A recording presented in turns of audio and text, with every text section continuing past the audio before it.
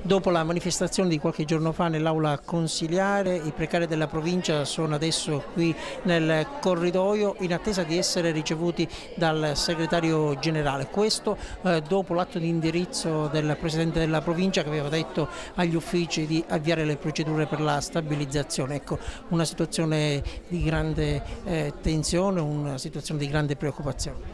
Ma assistiamo al teatrino della politica. Noi abbiamo avuto, non appena abbiamo avuto notizie dell'atto di indirizzo del Presidente, abbiamo chiesto un incontro per capire innanzitutto l'amministrazione cosa volesse fare. Quindi perché l'atto di indirizzo era chiaro in quanto diceva di avviare il processo di stabilizzazione. Ebbene, ad oggi non abbiamo nessuna notizia. Noi abbiamo fatto una manifestazione in precedenza e a ciò non c'è stato dato seguito. Stiamo aspettando di incontrare il segretario generale proprio per capire tecnicamente l'amministrazione provinciale cosa vuole fare.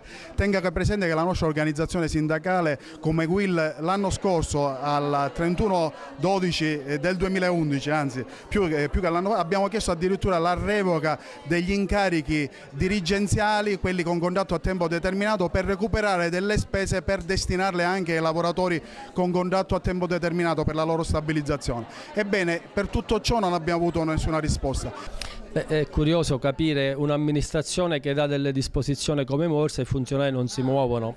Non credo che sia così semplice, perché l'amministrazione ha il dovere in quella circostanza di cambiare funzionari se non rispondono ai propri dettati. Detto questo, noi siamo molto preoccupati perché questa instabilità politica a Roma, laddove il governo Monti ha stabilito che il 31 di luglio si rischia di mandare tutti a casa, con il governo regionale che a dicembre ha fatto la stessa cosa, è chiaro che noi stiamo cercando di trovare una soluzione qui alla provincia, perché avendo iniziato le procedure di una stabilizzazione nel lontano 2010 riteniamo che ci possano essere le condizioni per portarla a termine. I precari protestano perché dagli uffici non hanno trovato terreno fertile. Ma io non credo che siano gli uffici a poter risolvere il problema dei precari.